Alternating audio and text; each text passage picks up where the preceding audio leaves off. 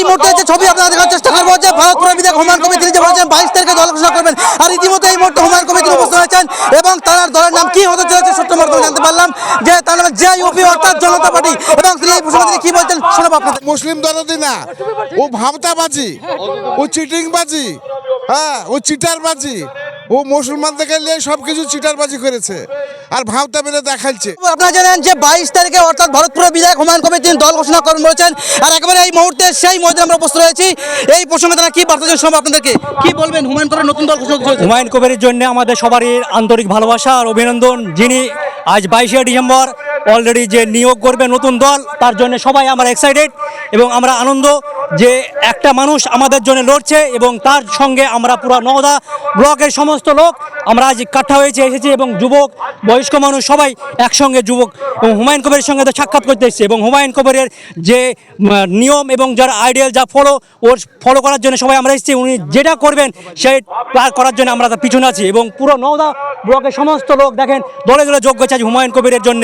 হুমায়ুন কবিরের জন্য মানুষ পাগল, হুমায়ুন কবিরের জন্য মানুষ পাগল, হুমায়ুন কবিরের জন্য মানুষ পুরোপুরি একবারে ভালোবাসা, আন্তরিক ভালোবাসা। প্রতিটা ঘরে ঘরে মানুষের এখন মুখে মুখে একটা কথা, হুমায়ুন কবির তুমি এগিয়ে চলো, আমরা তোমার সঙ্গে আছি। এবং বিরোধী যেসব দল আমাদেরকে যে পরিকল্পনা করছে, আমাদেরকে যে নিছক নিয়ে ছেলেখেলামো করছে, তার জন্যে আমরা এই দলকে দেখিয়ে দেবো, হুমায়ুন কবির সাহেবকে সঙ্গে করে আমরা দেখিয়ে দেবো এই দলকে যে আমরা কি করতে পারি, এই মুসলমান কম কি করতে পারে, এই মুসলমানকে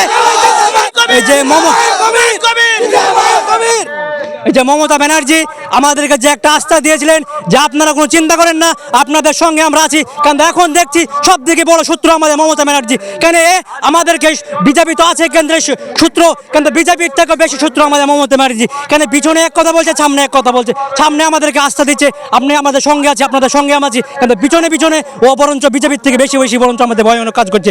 যে ওয়াকফ বিল নিয়ে মানুষের এত উৎক্ষেপ ছিল, ক্ষোভ ছিল, মানুষের যে একটা স্বপ্ন ছিল যে হয়তো মমতা ব্যানার্জি আমাদের সঙ্গে থাকবে, এই ওয়াকফ নিয়ে আমাদেরকে পাশে দাঁড়াবে এবং ওয়াকফের জন্য আমাদের আন্দোলন করবে। কিন্তু মমতা ব্যানার্জি দেখা গেল কি যে বিজেপির সঙ্গে হাত মিলিয়ে সে ওয়াকফ বিল লাগু করে দিল এবং এমন টাইমে লাগু করলো যেখানে মানুষের হাতে মাত্র 7 দিন টাইম ছিল।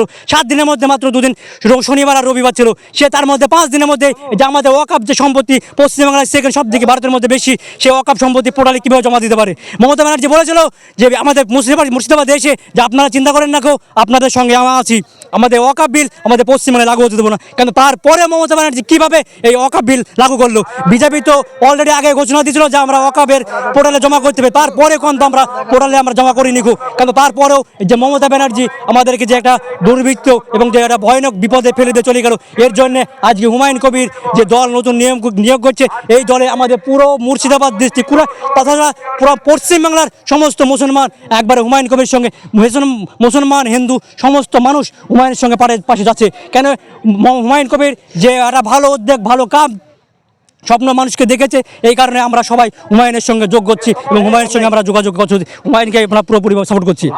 সব থেকে মুসলিম বিরোধী অফকোর্স দেখেন, এই কারণে বলছি আপনি ভালো করে দেখেন, রিসেন্টলি পরের কথা বাদ দেন, রিসেন্টলি কথা না দেখেন, আপনি ওয়াকফ বিলটালি ভাবেন যে মমতা ব্যানার্জি বলেছিল আমাদের মুর্শিদাবাদ ডিস্ট্রিক্টে এসে যে আপনারা চিন্তা করেন না, আপনাদের সঙ্গে আমি আছি, আপনাদের সঙ্গে আমি আছি, যার দিন আমি থাকবো তার দিন পর্যন্ত আমরা এই পশ্চিমবাংলাতে ওয়াকফ বিল আমরা লাগু হতে দেবো না। তারপরে কি হলো, দেখা গেল কি যে অলরেডি তিনি ওয়াকফ বিল লাগু করে দিলেন। তাহলে কীভাবে সে সংখ্যালঘুর সঙ্গে থাকছে এবং জায়গায় জায়গাতে যে মানুষের উপরে অত্যাচার হচ্ছে তার পরিপ্রেক্ষে কোনো অ্যাকশন নিচ্ছে না। সেই কারণে আজকে আমরা মমতা ব্যানার্জিকে প্রত্যাহার করে হুমায়ুন কবিরের সঙ্গে যোগ করে হুমায়ুন কবিরকে আমরা আগিয়ে নিয়ে চলেছি। এবং আমরা জানতে পারলাম যে হুমায়ুন কবির তিনি যে দল ঘোষণা করছেন জেইউপি অর্থাৎ জনতা উন্নয়ন পার্টি, যে রাজ্যের মুখ্যমন্ত্রী মমতা বন্দ্যোপাধ্যায় তিনি উন্নয়ন করতে পারেন এমনটাই দাবি করছেন সংখ্যালঘু দরদি মুসলিম দরদি মানুষেরা। তাহলে কি হুমায়ুন কবির যে নতুন দল ঘোষণা করছেন তিনি উন্নয়ন করতে পারবেন? কি অফকোর্স পারবে, কেন পারবে না? ওনাকে তো আমরা সেই সাহায্য করছি, উনি তো আমাদের সেই ভরসা দিয়েছেন এবং আমরা তো ওনাকে তো তার জন্য নিয়ে আসছি। উনি অফকোর্স পারবে, কেন পারবে না? ওনা আমাদের পুরো জনতা, পুরো পশ্চিমবাংলার মানুষ ওনার সঙ্গে আছে, কেন পারবে না? পুরো পশ্চিমবাংলার মানুষ ওনার সাপোর্ট করছে এবং সেই কারণে হুমায়ুন কবির অফকোর্স করবে, কেন করবে না? হুমায়ুন কবির পুরোপুরিভাবে আমাদের সাপোর্ট করবে এবং কাজ করবে আমাদের জন্য। দল হিসাবে তো আলহামদুলিল্লাহ অনেক খুশি। তো আমি বাবরি মসজিদের একজন প্রাথমিক চিকিৎসক, তো 7 তারিখ থেকে আমরা পরিষেবা দিচ্ছি, ওনার সহযোগী হিসাবে আছি। তো আজকে যে জনসভায় উনি নতুন কিছু করতে চলেছেন, সেটাকে আমরা সকলেই সমর্থন করছি এবং কাতারে কাতারে আমরা আসছি সেই উদ্দেশ্যেই। আমরা জানতে পারলাম তিনি যে নতুন দল তিনি ঘোষণা করতে চলেছেন জেইউপি অর্থাৎ জনতা উন্নয়ন পার্টি, এই নামে আপনারা কতটা খুশি আছেন? না, এখনও আমি পুরো ক্লিয়ারভাবে উনি কোন দলে যাচ্ছেন সেটাই আমার এখনও জানা নেই, তবে ঘোষণা হওয়ার পরে সেটা বিষয়টা জানা যাবে। যেখানে রাজ্যের মুখ্যমন্ত্রী মমতা বন্দ্যোপাধ্যায় কোনো উন্নয়ন করতে পারেন এমনটাই দাবি করছেন সংখ্যালঘু দর্দি, সেই সংখ্যালঘু মুসলিমরা, এবং হুমায়ুন কবির তিনি যে নতুন দল ঘোষণা করছেন এতে কতটা আশঙ্কা আছেন যে উন্নয়ন করতে পারবেন? না, উন্নয়নের বিষয়টা যে যখন থাকে তো উন্নয়ন কম বেশি করে থাকেই, তো উনি যখন মুখ্যমন্ত্রী হিসাবে ছিলেন উনি কিছু করেছেন, অবশ্যই যে একবার করেননি এরকম নয়, তবে করেছেন, তবে উনি ওনার চেয়ে আরও কিছু ভালো করবে বলে উনি মনে করছেন বর্তমানে। যত মুসলিম লিডার রয়েছে সকলে কি একজোট হবে? না, সেটা সকলে তো একজোট হতে পারে না কোনোদিন, পৃথিবীতে কোনোদিন কেউ একজোট হতে পারে না, কোনো মানুষ সকলের কাছে তো ভালো হতে পারে না, এই জন্যে সকলে একজোট হওয়ার সম্ভব নয়, তবে আমাদেরকে মুসলিম নয় সমস্ত জাতিকে নিয়ে যে চলতে পারবে সেই সবচেয়ে সফল হবে। একেবারে এই মুহূর্তে যে ছবি দেখানোর চেষ্টা করছি আপনারা দেখতে পাচ্ছেন হুমায়ুন কবিরের যে নতুন দল ঘোষিত এই মুহূর্তে কিন্তু সেই ছবি আপনারা দেখার চেষ্টা করছি এবং মিছিল নিয়ে হাঁটছে সেই ছবি কিন্তু একদম এক্সক্লুসিভ দেখার চেষ্টা করছি। সরাসরি এই মুহূর্তে তারা কি বার্তা দিচ্ছেন শোনাবো আপনাদের। মুসলিম থাকে নিয়ে ভাবতো তাহলে এই যে ওয়াকফ বোর্ডের যে সম্পত্তি যে বিলটা পাস করানো হয়েছে, এই যে ওনার ওপর ভরসা রাখতে বলার পরেও উনি বলেছেন যে আমার ওপর বিশ্বাস রাখুন, তারপরে সেই বিশ্বাসটা ভঙ্গ করেছেন উনি। সেই বিশ্বাসঘাতকতা করার জন্য আমরা মুসলিম যত সমাজের লোক আছে তিনারা সবাই একজোট হয়ে আমরা সেই আমাদের হুমায়ুন কবিরের দলকে ঐক্যবদ্ধ করে আমরা সংগঠন তৈরি করতে চাই। তাই আমরা আরও আমাদের মুসলিম ভাইদের সংগঠন হওয়ার জন্য আমরা সকলের কাছে অনুরোধ জানাচ্ছি। বিজেপি এবং তৃণমূলকে প্রতিটি মানুষের বর্জন করা উচিত, যে সময় এসেছে। বলুন, আর 22 তারিখে কি বললেন?